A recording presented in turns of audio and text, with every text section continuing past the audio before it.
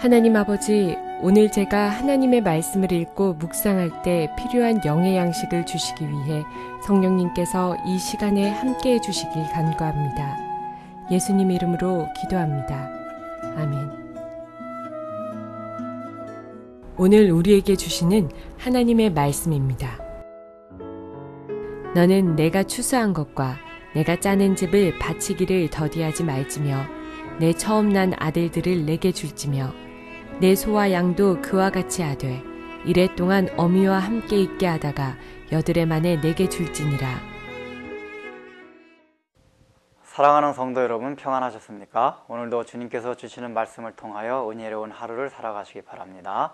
오늘 우리에게 주실 하나님의 말씀은 출애굽기 22장 29절에서 30절 말씀입니다.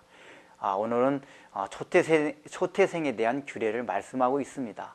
오늘 성경의 표현은 직접적으로 첫 번에 난 곡식으로 말씀하고 있지 않습니다. 이 표현이 어떻습니까? 땅에 난 모든 곡식과 또 땅에서 나는 모든 과수물을 바치라고 합니다.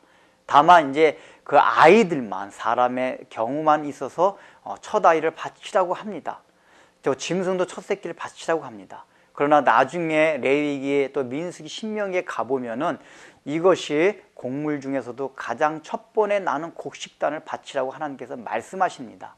가장 첫 번째 난다는 것은 사실은 이스라엘 민족들의 개념에 있어서는 가장 귀한 것입니다. 우리나라에서 장자를 가장 귀한 것으로 여기지 않습니까?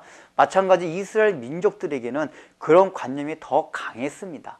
그래서 하나님께서 가장 귀하다는 걸 상징적으로 보여주시기 위해서 첫 번째 걸 바치라고 한 것입니다.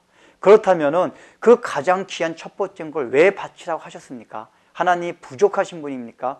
하나님께서 그걸 바치라고 한 것은 이스라엘 백성들이 이제 가나안 땅에 들어가서 농경사회에 접하면서 많은 풍성함을 누리게 될 것을 아시면서 그것 때문에 이스라엘 백성들이 하나님의 은혜를 망각하고 자신들의 힘과 노력으로 산다고 착각하지 말라고 이 규례를 주신 것입니다. 사람의 본성은 굉장히 악하고 하나님의 은혜를 망각합니다.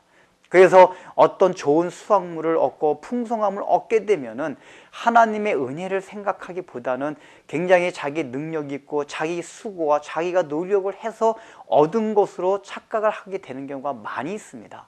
그런데 하나님께서는 이렇게 초태생을 드리게 함으로써 이 수확물들은 바로 너희의 노력과 수고가 아니라 내가 너에게 다 준 것이다. 이것을 기억하라고 이 규례를 주신 것입니다. 11조도 이 초태생 규례와 마찬가지 의미에서 하나님께서 주신 것입니다.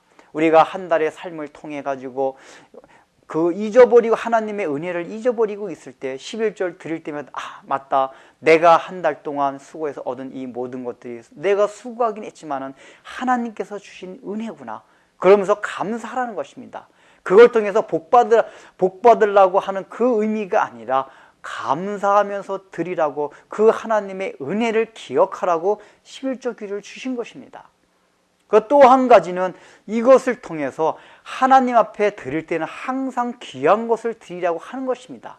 그러면 그 나머지 것은 채워주시다고 하십니다. 가장 첫 번째 드리면 우리에게 오는 것은 무엇입니까? 찌꺼기라는 것입니다. 그런데 중요한 것은 그 찌꺼기를 통해서도 너희가 두 번째, 세 번째 내가 계속해서 풍성한 것을 공급해 주겠다고 하는 것입니다.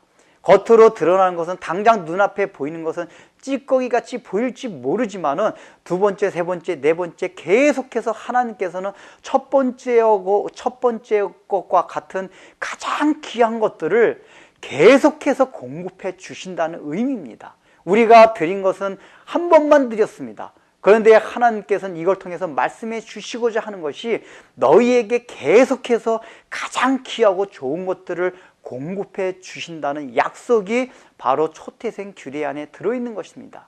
그러므로 우리가 하나님 앞에 가장 귀한 것을 드리면서 이제 찌꺼기같이 보인다 할지 나에게 내가 지금 당장 갖는 것은 찌꺼기요 참으로 별 볼 일 없는 것을 가진다고 생각할지 모르지만은 오히려 하나님께서는 그것을 통해 가지고 계속해서 가장 좋았던 거, 가장 귀한 거, 그것을 계속해서 공급해 주신다고 하는 약속을 우리 보고 생각하라는 것입니다.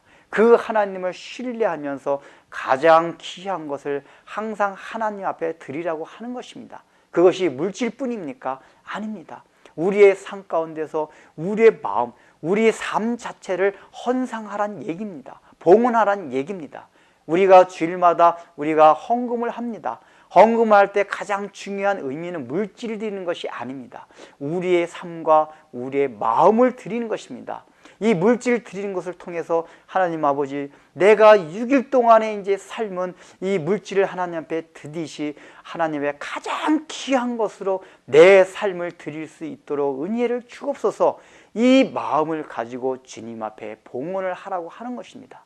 바로 그러한 것들이 초태생에 담긴 규례의 의미입니다. 기도하겠습니다.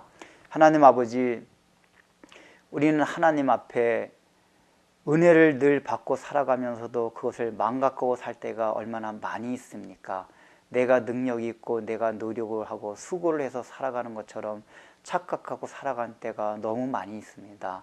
우리가 11조를 드리고 우리가 또 가장 귀한 것을 하나님 앞에 드릴 때마다 이것을 생각하게 해주시고 모든 것이 하나님의 은혜라는 걸 생각하며 겸손케 하여 주시고, 또한 하나님 아버지, 내가 가장 귀한 것을 드리고 현재 내가 가장 갖고 있는 것이 별 볼 일 없는 것 같이 보인다 할지라도 하나님께서는 가장 첫 번에 드린 가장 귀한 것들로 너희 일생을, 너희 삶을 통하여 계속 공급해 주시겠다고 하는 약속을 그곳에서 바라보며 그 하나님을 신뢰하며 따르게 하여 주옵소서. 예수님의 이름으로 기도드립니다.